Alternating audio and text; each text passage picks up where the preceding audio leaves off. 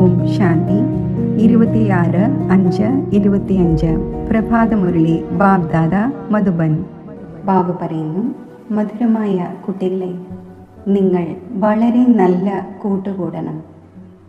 മോശമായ കൂട്ടുകെട്ടിൻ്റെ നിറം പതിഞ്ഞുവെങ്കിൽ വീണുപോകും. കുസംഗം ബുദ്ധിയെ തുച്ഛമാക്കി മാറ്റുന്നു.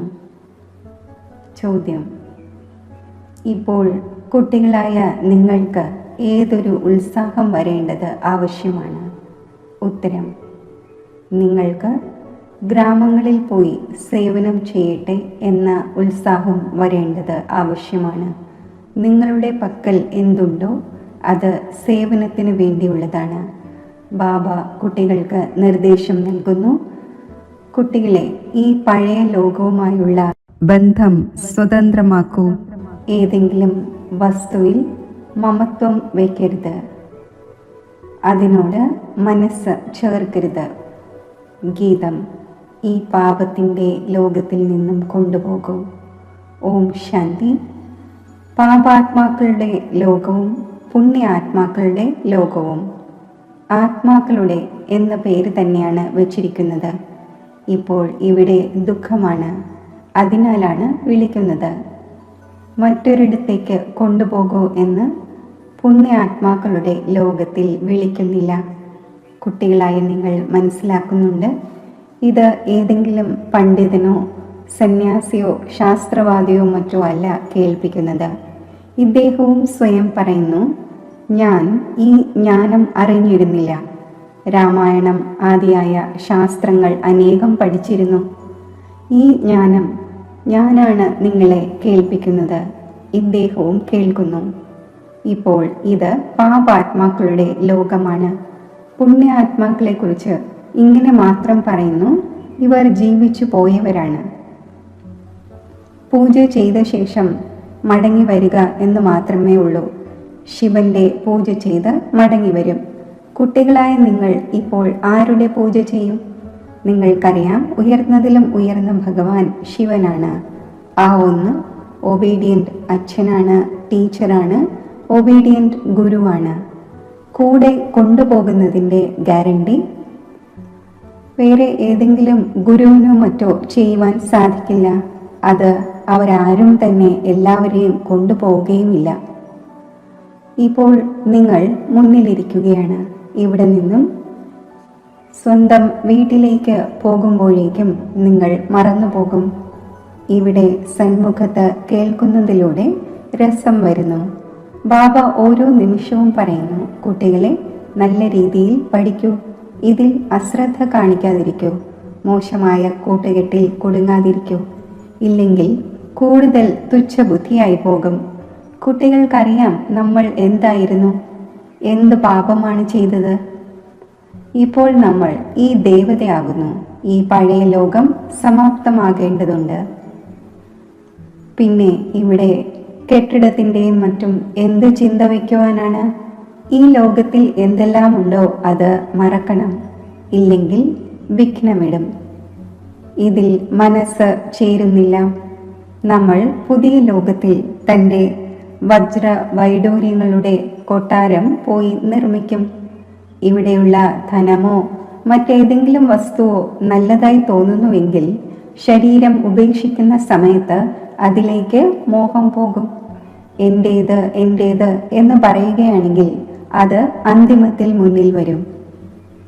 ഇവയെല്ലാം ഇവിടെ സമാപ്തമാകേണ്ടതുണ്ട്. നമ്മൾ നമ്മുടെ രാജധാനിയിലേക്ക് പോകും. ഇതിനോട് എന്തിനു മനസ്സ് ചേർക്കണം? അവിടെ വളരെയധികം സുഖമുണ്ടായിരിക്കും. പേര് തന്നെ സ്വർഗം എന്നാണ്. ഇപ്പോൾ നമ്മൾ നമ്മുടെ വദനത്തിലേക്ക് പോകട്ടെ. ഇത് രാവണന്റെ വദനമാണ്, നമ്മുടേതല്ല. ഇതിൽ നിന്നും മുക്തമാകാനുള്ള പുരുഷാർത്ഥം ചെയ്യണം. പഴയ ലോകവുമായുള്ള ബന്ധത്തിൽ നിന്നും സ്വതന്ത്രമാക്കിക്കുകയാണ്. അതിനാൽ ബാബ പറയുന്നു, ഒരു വസ്തുവിലും മമത്വം വയ്ക്കാതിരിക്കൂ. വയറാണെങ്കിൽ അധികമൊന്നും ചോദിക്കുന്നില്ല. ആവശ്യമില്ലാത്ത വസ്തുക്കൾക്ക് വേണ്ടി വളരെയധികം ചിലവുണ്ടാകുന്നു. കുട്ടികളായ നിങ്ങൾക്ക് സേവനം ചെയ്യുന്നതിന് വേണ്ടി ഉത്സാഹം വരേണ്ടതുണ്ട്. ഗ്രാമങ്ങളിൽ സേവനം ചെയ്യുന്നതിൻ്റെ താല്പര്യമുള്ള പല കുട്ടികളുമുണ്ട്. പിന്നെ ആർക്കാണോ സേവനത്തിൻ്റെ താല്പര്യമില്ലാത്തത് അവരെ എന്തിനു കൊള്ളാം എന്നാണ് പറയുക. ബാബ എങ്ങനെയാണോ അതേപോലെ കുട്ടികളും ആകേണ്ടതാണ്. ബാബയുടെ തന്നെ പരിചയം നൽകണം. ബാബയെ ഓർമ്മിക്കൂ, ബാബയിൽ നിന്നും സമ്പത്തെടുക്കൂ. കുട്ടികൾക്ക് താല്പര്യമുണ്ടാകുന്നു. നമ്മൾ ബാബയുടെ സേവനത്തിന് വേണ്ടി പോകുന്നു. അപ്പോൾ ബാബയും ധൈര്യം വർദ്ധിപ്പിക്കുന്നു. ബാബ സേവനത്തിനായി വന്നിരിക്കുകയാണ്. സേവനത്തിന് വേണ്ടിയാണ് സർവ്വതവും. ബാബയുടെ പരിചയം സർവർക്കും നൽകണം. ബാബ ഒന്ന് തന്നെയാണ്. ഭാരതത്തിൽ വന്നിരുന്നു. ഭാരതത്തിൽ ദേവതമാരുടെ രാജ്യമുണ്ടായിരുന്നു. ഇന്നലെയുടെ കാര്യമാണ്. ലക്ഷ്മി നാരായണന്റെ രാജ്യമുണ്ടായിരുന്നു. പിന്നെ രാമന്റെയും സീതയുടെയും. പിന്നെ വാമമാർഗത്തിൽ വീണു. രാവണ രാജ്യം ആരംഭിച്ചു. പടികൾ താഴേക്കിറങ്ങി. ഇപ്പോൾ വീണ്ടും കയറുന്ന കല സെക്കൻഡിന്റെ കാര്യമാണ്. ഒന്നുണ്ട് റിയൽ സ്നേഹം, മറ്റൊന്നാണ് ആർട്ടിഫിഷ്യൽ സ്നേഹം. റിയൽ സ്നേഹം ബാബയോടുണ്ടാകുന്നത് സ്വയം ആത്മാവാണ് എന്ന് മനസ്സിലാക്കുമ്പോഴാണ്. ഇപ്പോൾ കുട്ടികളായ നിങ്ങളുടെ ഈ ലോകത്തിൽ ആർട്ടിഫിഷ്യൽ സ്നേഹമാണ്. ഇത് സമാപ്തമാകേണ്ടതുണ്ട്. സേവനം ചെയ്യുന്നവർ ഒരിക്കലും വിശന്ന് മരിക്കുകയില്ല. അതിനാൽ കുട്ടികൾ സേവനത്തോട് താല്പര്യം വയ്ക്കണം. നിങ്ങളുടെ ഈശ്വരീയ മിഷൻ വളരെ സഹജമാണ്. ധർമ്മം എങ്ങനെ സ്ഥാപിതമാകുന്നു എന്ന് ആരും മനസ്സിലാക്കുന്നില്ല. ക്രൈസ്റ്റ് വന്നു, ക്രിസ്ത്യൻ ധർമ്മം സ്ഥാപിച്ചു, ധർമ്മം വളർന്നു. അവരുടെ മതത്തിലൂടെ നടന്ന് വീണുകൊണ്ടിരുന്നു. ഇപ്പോൾ കുട്ടികളായ നിങ്ങൾക്ക് ദേഹി അഭിമാനി ആകേണ്ടതുണ്ട്. പകുതി കൽപ്പം രാവണ രാജ്യത്തിൽ നമ്മൾ ബാബയെ മറന്നുപോയി. ഇപ്പോൾ ബാബ വന്ന് ഉണർത്തിയിരിക്കുകയാണ്. ബാബ പറയുന്നു, ഡ്രാമ അനുസരിച്ച് നിങ്ങൾക്ക് വീഴുക തന്നെ വേണമായിരുന്നു. നിങ്ങളുടെയും കുറ്റമല്ല. രാവണ രാജ്യത്തിൽ ലോകത്തിന് ഇങ്ങനെയുള്ള അവസ്ഥ ഉണ്ടാകുന്നു. ബാബ പറയുന്നു, ഇപ്പോൾ ഞാൻ വന്നിരിക്കുകയാണ് പഠിപ്പിക്കുവാനായി. നിങ്ങൾ വീണ്ടും തൻ്റെ രാജപദവി നേടൂ. ഞാൻ മറ്റൊരു പ്രയാസവും നൽകുന്നില്ല. ഒന്നാമതായി, മാർക്കറ്റിലെ മോശമായ വസ്തുക്കൾ കഴിക്കരുത്. എന്നെ മാത്രം ഓർമ്മിക്കൂ. ഇപ്പോൾ കുട്ടികളായ നിങ്ങൾക്കറിയാം, ഇത് ഡ്രാമയുടെ ചക്രമാണ്. അത് വീണ്ടും റിപ്പീറ്റ് ആകും. നിങ്ങളുടെ ബുദ്ധിയിൽ ഡ്രാമയുടെ ആദി മധ്യ അന്ത്യത്തിൻ്റെ ജ്ഞാനമുണ്ട്. നിങ്ങൾക്ക് ആരെയും മനസ്സിലാക്കിച്ചു കൊടുക്കുവാൻ സാധിക്കും. ആദ്യമായി ബാബയുടെ ഓർമ്മയുണ്ടായിരിക്കണം. സേവനത്തിനു വേണ്ടി പരസ്പരം കൂടിച്ചേർന്ന് കൂട്ടുകാരെ തയ്യാറാക്കണം. മാതാക്കളും പുറത്തിറങ്ങണം. ഇതിൽ ഭയപ്പെടേണ്ട യാതൊരു കാര്യവുമില്ല. ചിത്രങ്ങളും മറ്റുമെല്ലാം നിങ്ങൾക്ക് ലഭിക്കും. നിങ്ങളുടെ സേവനം വളരെയധികം ഉണ്ടാകും. താങ്കൾ പോവുകയാണെങ്കിൽ നമ്മളെ ആര് പഠിപ്പിക്കും എന്ന് പറയൂ, നമ്മൾ സേവനം ചെയ്യുന്നതിന് വേണ്ടി തയ്യാറാണ്. കെട്ടിടത്തിൻ്റെയും മറ്റും തയ്യാറെടുപ്പ് നടത്തൂ. വളരെ പേരുടെ മംഗളത്തിന് വേണ്ടി നിമിത്തമാകും. ബാബ സേവനത്തിനുള്ള ഉന്മേഷം വരുത്തുന്നു. കുട്ടികളിൽ ധൈര്യമുണ്ടെങ്കിൽ സേവനവും വർദ്ധിക്കുന്നു. 10-15 ദിവസം നടക്കുകയും പിന്നെ അവസാനിക്കുകയും ചെയ്യുന്ന ഏതെങ്കിലും മേളയല്ല ഇത്. ഈ മേളയാകട്ടെ തുടർന്നു കൊണ്ടേയിരിക്കുന്നു. ഇവിടെ ആത്മാക്കളുടെയും പരമാത്മാവിൻ്റെയും കൂടിക്കാഴ്ച നടക്കുന്നു. അതിനെയാണ് സത്യമായ മേള എന്ന് പറയുന്നത്. അത് ഇപ്പോൾ നടന്നുകൊണ്ടിരിക്കുന്നു. സേവനം പൂർത്തിയാകുമ്പോൾ മേള അവസാനിക്കും. ഡ്രാമ അനുസരിച്ച് കുട്ടികൾക്ക് സേവനത്തിൻ്റെ വളരെയധികം താല്പര്യം വേണം. പരിധിയില്ലാത്ത ബാബയിൽ ഏതൊരു ജ്ഞാനമുണ്ടോ അത് കുട്ടികളുടെയും ബുദ്ധിയിലുണ്ട്. ഉയർന്നതിലും ഉയർന്ന ബാബയിലൂടെ നമ്മൾ എത്ര ഉയർന്നവരായിരിക്കുന്നു. ഇങ്ങനെയെല്ലാം സ്വയം തന്നോട് സംസാരിക്കണം. പരസ്പരം സെമിനാർ നടത്തണം. ബാബയിൽ നിന്നും നിർദ്ദേശമെടുത്ത് സേവനത്തിൽ മുഴുകൂ. എന്തെങ്കിലും സഹായം ആവശ്യമുണ്ടെങ്കിൽ ബാബയാകുന്ന മണവാളൻ ഇരിക്കുകയാണ്. ഇതെല്ലാം ഡ്രാമയിൽ അടങ്ങിയിരിക്കുന്നു. ആകുലപ്പെടേണ്ട യാതൊരു കാര്യവുമില്ല. ഇല്ലെങ്കിൽ സ്ഥാപന എങ്ങനെ ഉണ്ടാകും? രണ്ടാമതായി ഈ കാര്യവുമുണ്ട്. ആര് ചെയ്യുമോ അവർ നേടും. ഇപ്പോൾ കുട്ടികളായ നിങ്ങൾ കല്ല് ബുദ്ധിയിൽ നിന്നും വജ്രതുല്യമാകുന്നു. ബാബ ജ്ഞാനത്തിലൂടെ ഇത്രയും നേരെയാക്കുന്നു. മായ പിന്നെ മൂക്കിന് പിടിച്ച് പുറന്തിരിക്കുന്നു. കുട്ടികളായ നിങ്ങൾ വളരെ നല്ല കൂട്ടുകൂടണം. മോശമായ കൂട്ടുകെട്ടിൻ്റെ നിറം പതിയുന്നതിലൂടെ വീണുപോകും. ബാബ സിനിമയും മറ്റും കാണുന്നതിന് വിലക്കുകയാണ്. സിനിമയുടെ ശീലം ഉണ്ടായവർക്ക് പതീതമാകാതിരിക്കാൻ സാധിക്കില്ല. ഇവിടെ ഓരോരുത്തരുടെയും പ്രവൃത്തി ഡേർട്ടിയാണ്. പേര് തന്നെ വേശ്യാലയം എന്നാണ്. ബാബ ശിവാലയം സ്ഥാപിച്ചുകൊണ്ടിരിക്കുന്നു. വേശ്യാലയത്തിന് പൂർണ്ണമായും തീ പിടിക്കേണ്ടതുണ്ട്. കുംഭകർണനെ പോലെ ആസുരീയ നിദ്രയിൽ ഉറങ്ങിക്കിടക്കുകയാണ്. നിങ്ങൾ മനസ്സിലാക്കുന്നുണ്ട്, നമ്മൾ ശിവാലയത്തിലേക്ക് പോയിക്കൊണ്ടിരിക്കുകയാണ്. മുമ്പ് നമ്മളും കുരങ്ങനെ പോലെ ആയിരുന്നു. ഇതിനെക്കുറിച്ച് രാമായണത്തിലും കഥയുണ്ട്. ഇപ്പോൾ നിങ്ങൾ ബാബയുടെ സഹായികളായിരിക്കുന്നു. നിങ്ങൾ തൻ്റെ ശക്തി കൊണ്ട് രാജ്യം സ്ഥാപിച്ചു കൊണ്ടിരിക്കുകയാണ്. പിന്നീട് ഈ രാവണ രാജ്യം സമാപ്തമാകേണ്ടതുണ്ട്. കുട്ടികളായ നിങ്ങൾക്ക് അനേകം പ്രകാരത്തിലുള്ള യുക്തികൾ പറഞ്ഞു തന്നുകൊണ്ടിരിക്കുന്നു. ആർക്കെങ്കിലും ദാനം ചെയ്യുന്നില്ലെങ്കിൽ എങ്ങനെ ഫലം ലഭിക്കും? ആദ്യം 10-15 പേർക്ക് വഴി പറഞ്ഞു കൊടുത്ത ശേഷം വേണം ആഹാരം കഴിക്കുവാൻ. ആദ്യം ശുഭകാര്യം ചെയ്തിട്ട് വരൂ. ഇതിലാണ് നിങ്ങളുടെ മംഗളമുള്ളത്. ഏതെങ്കിലും ദേഹധാരിയെ ഓർമ്മിക്കാതിരിക്കൂ. ഇതാകട്ടെ പതീത ലോകമാണ്. പതീത പാവനായ ഒരു ബാബയെ ഓർമ്മിക്കൂ. അപ്പോൾ പാവന ലോകത്തിൻ്റെ അധികാരിയായി മാറും. അന്തമതി സ്വഗതി ഉണ്ടാകും. അതിനാൽ ആരെയെങ്കിലും സന്ദേശം കേൾപ്പിച്ച് പിന്നെ വന്ന് ഭക്ഷണം കഴിക്കണം. നിങ്ങൾ എല്ലാവർക്കും ഇത് പറഞ്ഞു കൊടുത്തുകൊണ്ടിരിക്കൂ. ബാബയെ ഓർമ്മിക്കുന്നതിലൂടെ ഇത്രയും ഉയർന്നവരായി മാറും. ശരി, മധുരമധുരമായ വളരെ കാലം വേർപിരിഞ്ഞ ശേഷം തിരിച്ചു കിട്ടിയ കുട്ടികൾക്ക് മാതാവും പിതാവുമായ ബാബ്ദാദയുടെ സ്നേഹസ്മരണകൾ. Good morning. ആത്മീയ അച്ഛൻ്റെ ആത്മീയ കുട്ടികൾക്ക് നമസ്തേ. രാത്രി ക്ലാസ് 17-3-68. എപ്പോഴെങ്കിലും ഏതെങ്കിലും പ്രഭാഷണമോ മറ്റോ നടത്തേണ്ടതുണ്ടെങ്കിൽ പരസ്പരം ഒത്തുചേർന്ന് 2-4 തവണ റിഹേഴ്സൽ നടത്തൂ. പോയിന്റ്സ് കൂട്ടിച്ചേർക്കുകയും കറക്ഷൻ ചെയ്യുകയും ചെയ്ത് തയ്യാറാക്കൂ. എങ്കിൽ റിഫൈൻഡ് പ്രഭാഷണമായിരിക്കും ചെയ്യുന്നത്. മുഖ്യമായ ഒരു കാര്യത്തിൽ, അതായത് ഗീതയുടെ ഭഗവാന്റെ കാര്യത്തിൽ നിങ്ങൾ വിജയം നേടി എങ്കിൽ പിന്നെ എല്ലാ കാര്യങ്ങളിലും വിജയമുണ്ടാകും. ഇതിനു വേണ്ടിയുള്ള കോൺഫറൻസ് ഉണ്ടാകുമല്ലോ.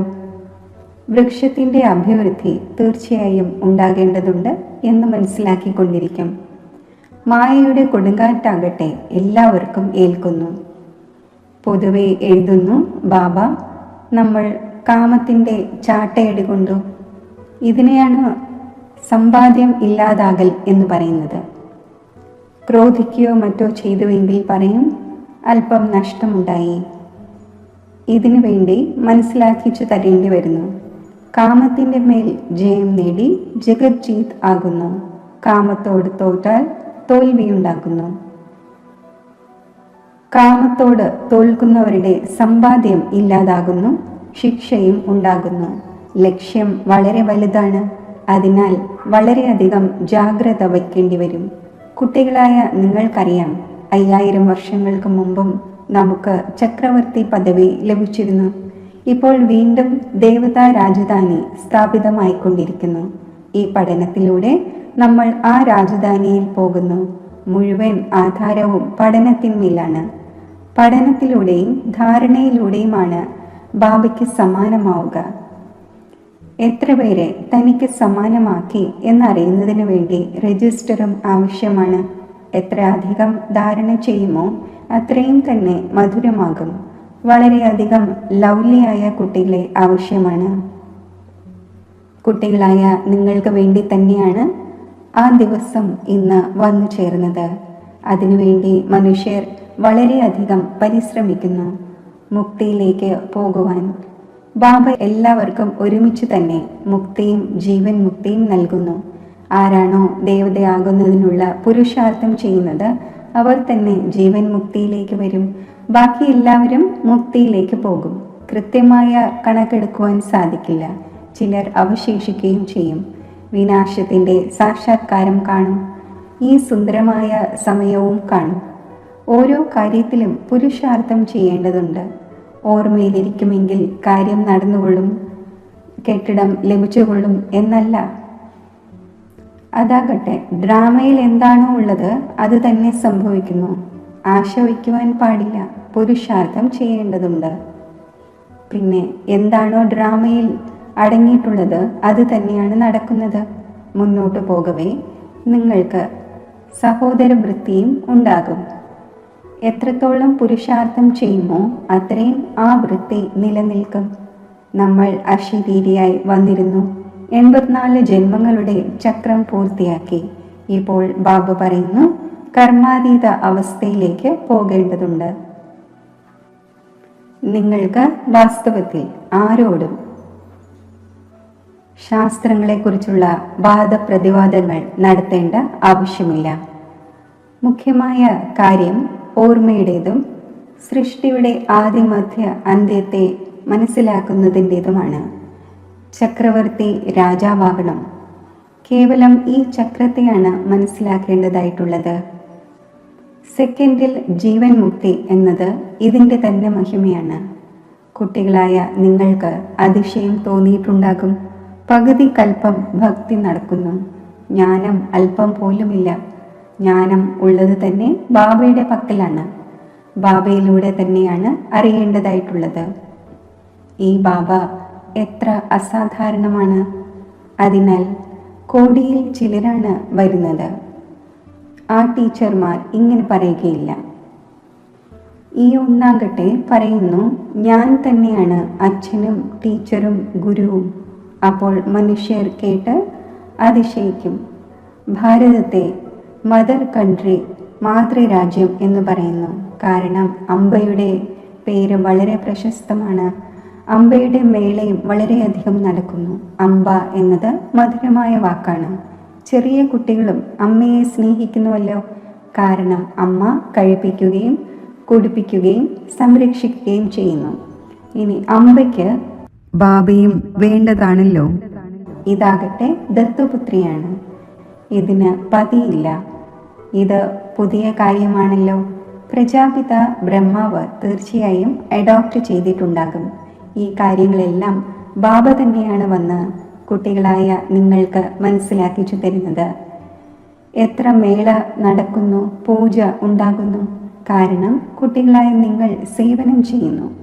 മമ്മ എത്ര പേരെ പഠിപ്പിച്ചിട്ടുണ്ടാകുമോ അത്രയും മറ്റാർക്കും പഠിപ്പിക്കുവാൻ സാധിക്കില്ല.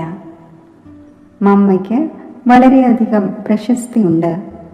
മേളയും വളരെയധികം നടക്കുന്നു.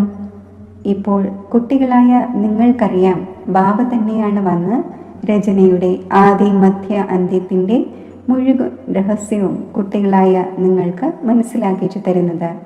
നിങ്ങൾക്ക് ബാബയുടെ വീടിനെ കുറിച്ചും മനസ്സിലായി. ബാബയോട് തന്നെയാണ് സ്നേഹമുള്ളത്.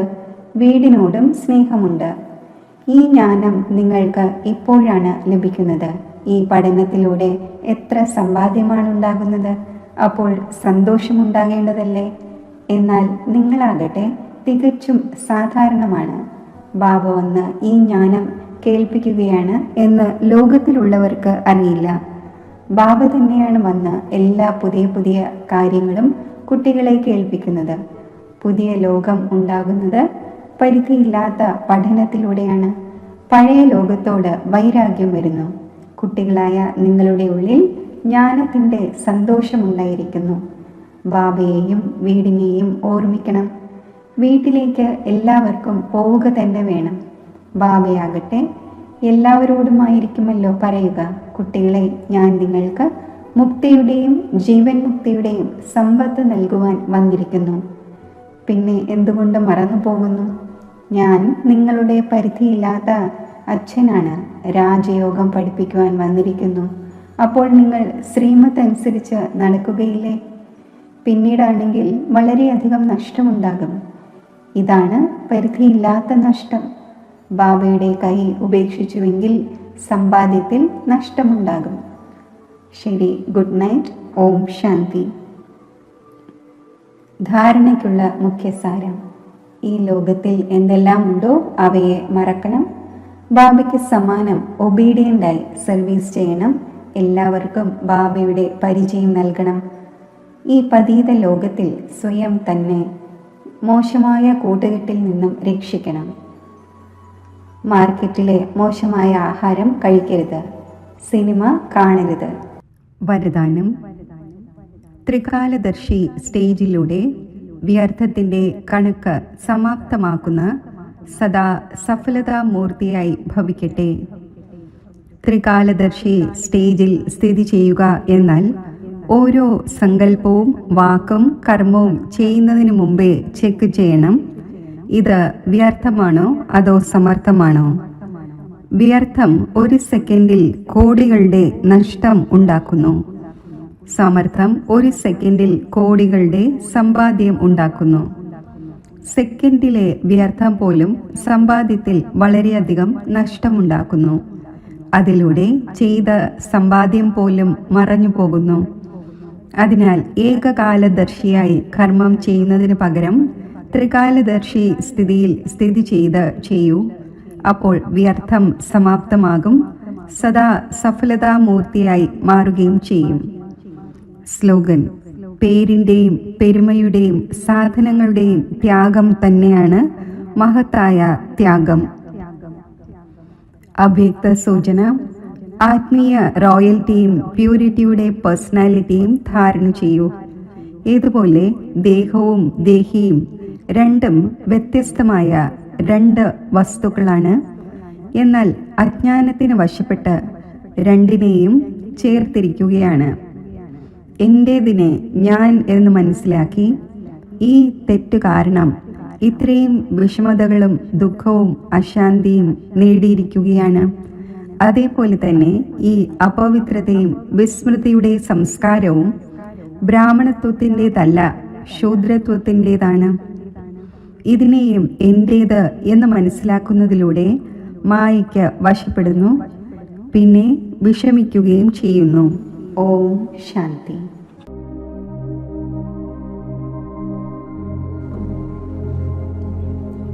മെഡിറ്റേഷൻ. പുരികമധ്യത്തിൽ നക്ഷത്ര സമാനം തിളങ്ങുന്ന ആത്മസ്വരൂപത്തിൽ എൻ്റെ ശ്രദ്ധ കേന്ദ്രീകരിക്കുന്നു.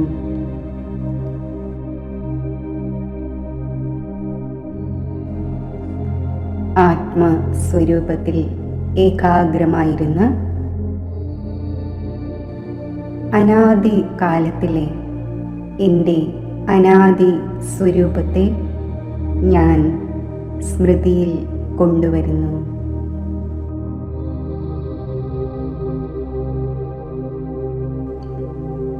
എൻ്റെ അനാദി കാലത്തെ സ്വരൂപം പവിത്രമാണ്. ഈ പവിത്ര സ്വരൂപത്തിൻ്റെ സ്മൃതിയിൽ സ്ഥിതി ചെയ്യുമ്പോൾ പവിത്രതയുടെ ആത്മീയ തിളക്കം എന്നിൽ നിന്നും നാനാഭാഗത്തും വ്യാപിക്കുന്ന അനുഭവം എനിക്കുണ്ടാകുന്നു.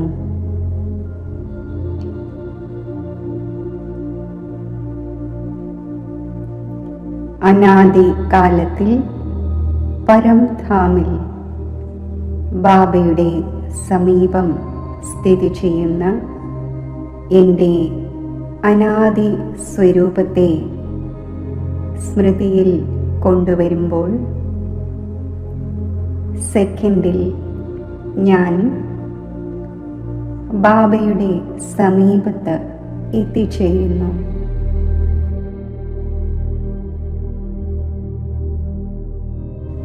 എൻ്റെ ഈ അനാദി സ്വരൂപത്തിൽ സ്ഥിതി ചെയ്തുകൊണ്ട് പരമാത്മാ സ്മൃതിയിൽ ലീനമാകുമ്പോൾ ബാബയുടെ അനന്ത മഹിമകളുടെ മാസ്റ്റർ സ്വരൂപമായി ഞാൻ മാറുന്നു. ഈ അതിശ്രേഷ്ഠ പരമാത്മാ സംഘത്തിൽ ഇരിക്കുമ്പോൾ ഞാൻ മാസ്റ്റർ സർവശക്തിവാൻ ആകുന്നു.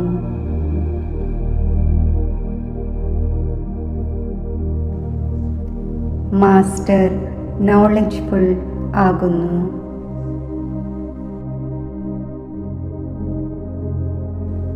ബ്ലിസ്ഫുൾ ആകുന്നു.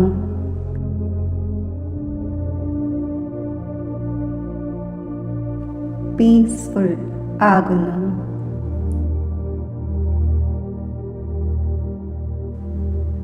ഈ പരമാത്മാ മഹിമകളുടെ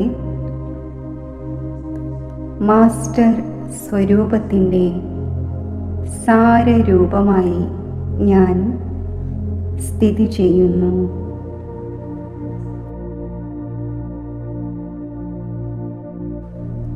ഈ സ്ഥിതിയിൽ ഇരിക്കുമ്പോൾ എൻ്റെ അനാദി സ്വീറ്റ് സൈലൻസ് സ്വരൂപം ഞാൻ അനുഭവിക്കുന്നു.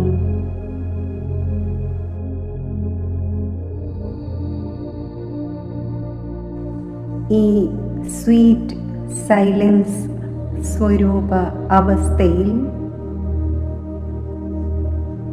അനാദി സ്വരൂപത്തിൻ്റെ സമ്പന്ന അവസ്ഥയിൽ പരമാത്മാ സ്മൃതിയുടെ സ്വരൂപമായി ഞാൻ മസ്തക മധ്യത്തിൽ വിരാജിക്കുന്നു.